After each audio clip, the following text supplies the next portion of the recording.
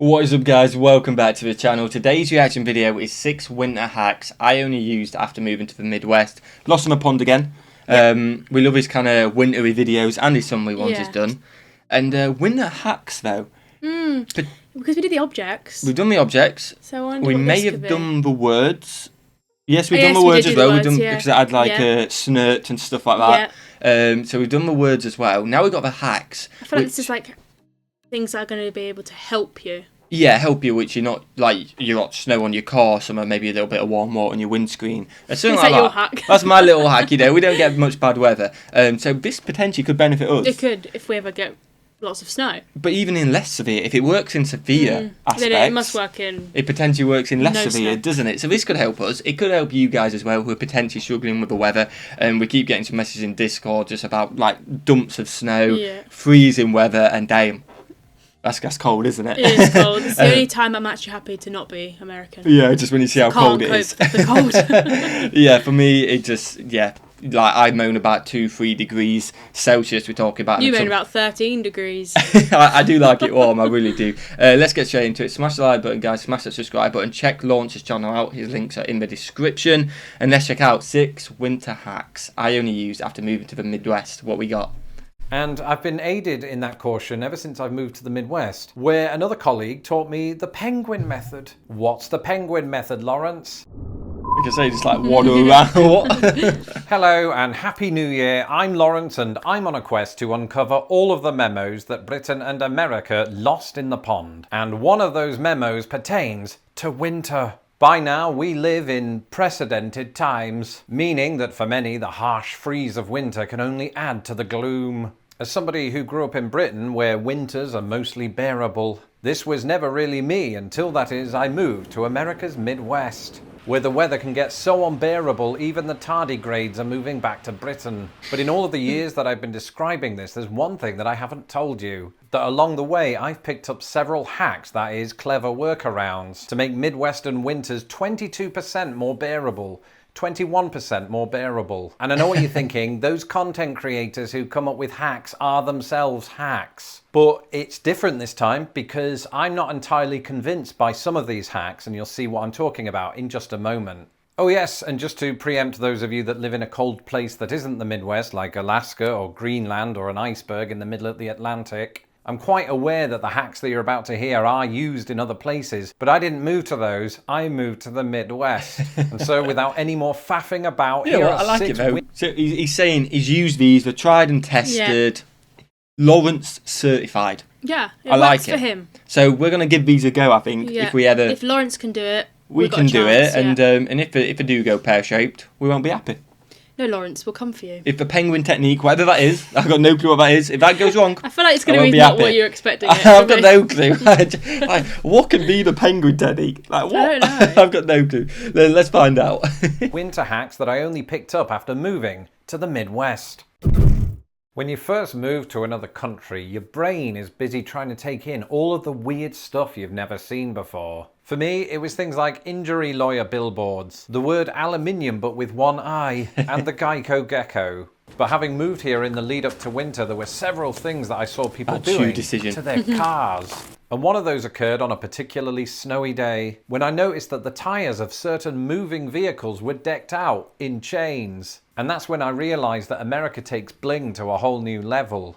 But this wasn't for decorative purposes. People in the Midwest and other cold places equip their cars with tyre chains to give them extra traction in the snow or ice. Now, before that well-known anti-chain brigade comes at me with all of the laws and legal ramifications, it turns out that while mostly legal, laws around tyre chains do vary by state. So be sure to look those up at your own leisure/leisure.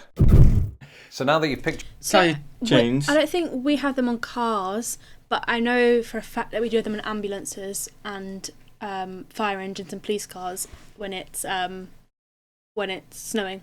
Okay, I mean we can put them on cars. You can, yeah. Yeah, it's just chain put on a car, but it's just not many people. It's just not many people do it because we don't really get that bad weather. But I know that when it's icy, that I've seen ambulances will have them on their tyres. Yeah.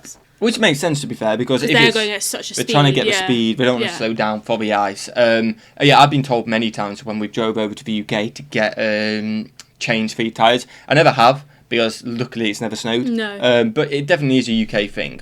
I've never looked into if you can actually have them on the road. I don't know if it's legal over. I assume it must be because I've been told to get them. Yeah. So it must be. So we do have them in the UK, just very rarely seen, aren't they?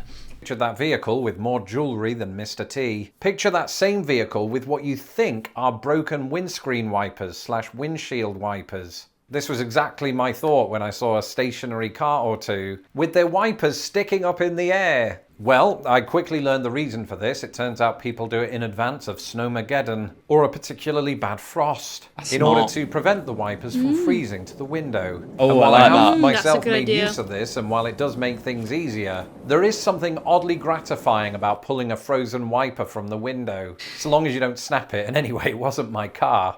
But while we're on this subject, you know, cleaning off the car is something I've had to do multiple times every year since I moved to the Midwest. And usually a good old scraper does the trick, but there are people out there that like to remind me to get ahead of the game. And apparently that doesn't just entail putting your wipers up the night before. An old work colleague of mine who was really into cars, we'll call him Frank, they're always Frank, absolutely swore by putting Ziploc bags on his wing mirrors. And Frank's reasoning is that this prevents ice from building up on your mirror. And so I tested it, and sure enough, so long as you seal the bag properly, this method does work. The only thing is, it takes about as much effort to do this as it does to scrape off the ice, and it's nowhere near as pleasing. No offence, Frank, but this just proves that you're bad at prioritising tasks, which is why they made you senior manager. But as it happens, Frank also liked to merge his love of cars with his love of food. Frank was one of those people who was always just sort of there. But having seen much of the world from Plymouth, Indiana to Lebanon, Indiana, Frank was never afraid to impart his sage wisdom. And that's why he advised me during one particularly harsh winter to rub the family car with potatoes. This is not a joke. The theory goes that taking a sliced potato and then rubbing it against your window will disperse the sugar content of your potato across the window and thus create some sort of magical force field against the ice. And it turns out Frank was right. It really does work. And the only two reasons that I don't have B-roll of this in action is that A, it's pretty much the same work just to scrape the ice off. That's what I was just thinking. Why It's a waste of a potato, right? I mean, if you don't have a scraper and you have a potato home, but if you have a scraper, why would you not just use the scraper? Yeah, I mean, I do rate it. Like, it's a very inventive thing. It's the fact that actually one day he thought, I'm just going to try this with a potato. Yeah, shoot that and then done it. But it is a lot of work, isn't it? Because you got to probably get as much, every coverage as well. You don't even know where it's going to freeze. Frank's trying to make things harder for himself. Yeah, but he's trying to be that guy who has this amazing hack which nobody believes, and then you do it like, oh my god, that is amazing. And I do rate it because everyone's like, he's got a story to tell. But Lawrence has tried it. Now Lawrence has tried it. Yeah, exactly, he's tried it. You're definitely going to try it. I'm definitely going to give it a go one day just to see if it works. And he's paid on this cycle of people giving it a go, oh, that does work, and then realising, I could just scrape the window. Especially in England, we don't get much ice. I feel like Frank's got a lot of time on his hands. A lot of time on his hands. And especially for us as well, the fact that a lot of the time we'll get told it's going to be really icy and snow, and then it doesn't. So we'll spend all that time with a potato and we'll actually going through, and then it doesn't even freeze anywhere. And also I feel like if it snows, usually, I mean, you're different at work, but when we had separate cars... Yep. I never did anything to my car because I knew that school would be closed. Yeah, so school I didn't closed. Have to. And to be fair, my work normally, if it was on the road, you just work from home or something. So we typically, I mean, we do get ice. It does get icy, but we just get not that much. Water. Yeah, a bit of warm, not hot water. If you don't want to smash your windscreen, just a little bit of lukewarm. But Frank, I rate it. We'll try it, Frank. We'll try it, and he's got enough people to try it, and let us know if you guys try it, and let us know in the comments if it works. Because maybe Lawrence is having us all on. You never know. He might be. He might be. Just to get as many pictures of people using potatoes on the windows.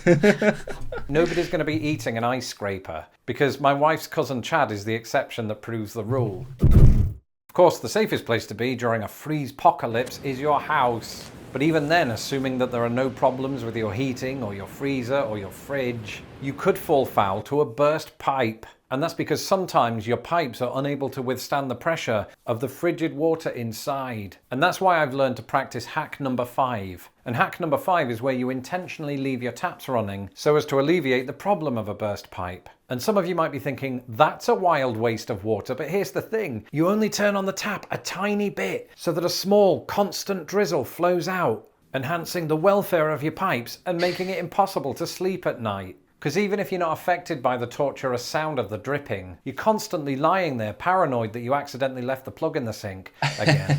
And if that's not enough to keep you awake at night, perhaps the image of me doing the following funny walk is... Is this a penguin? Ice on March the of the ground can be penguins. very dangerous, both here in the Midwest. So, I'm going to guess this is, you got to kind of waddles in the waddle, snow. maybe not lift your foot up, kind of Shuffle along. shove it. You guys can't see my feet, but you could. Yeah, I think they should be glad they can't see your feet right now.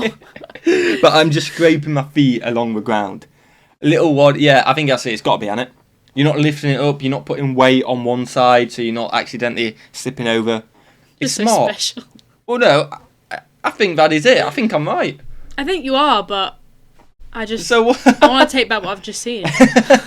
I'm back in Britain. After all, I remember when I was about 14 years old, I saw my physics teacher fall flat on his back, and once everybody around him had moved past the laughter, we soon realised that that probably hurt. And so I've been very cautious ever since. And I've been aided in that caution do ever like since watching I've people moved to fall the in the snow. Midwest, That's where really another mean, colleague taught me the penguin method. What's the penguin method, Lawrence? Well, it's not where you dress up as Danny DeVito, although that low centre of gravity might help. It's where you literally walk like a penguin. It's said, and I found this to be Okay, true, so that if he's you lifting his waddle foot. from side to side like this, it positions you I don't in a think better way penguins walk to like keep that. your balance on the ice. That's why... No, they definitely they- do.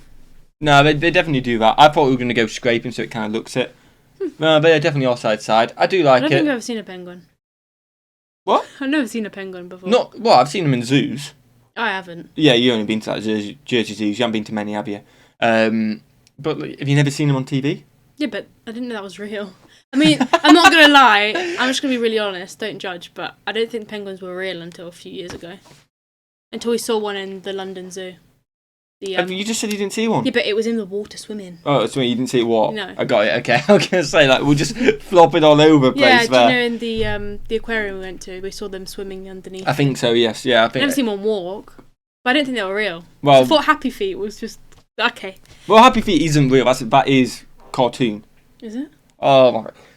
You should have waited till the camera was finished, and you're gonna get absolutely roasted. Let us know your opinions on that in the I won't, comments, because guys. they didn't get to see your waddling, so I was fine. I think they were coming for you. Oh, I don't know. I think you've saved me there. You see penguins walking like YouTube sensation Lawrence Brown. It turns out that is my natural waddle. Now, I am not a penguin waddle instructor, nor am I a penguin officially. So don't use this video as a how-to. Instead, I'll link to an article about it in my description below. That way, if you fall, it's on someone else. Happy New Year, everyone. That's it for this episode. Let me know in the comments below if you have any...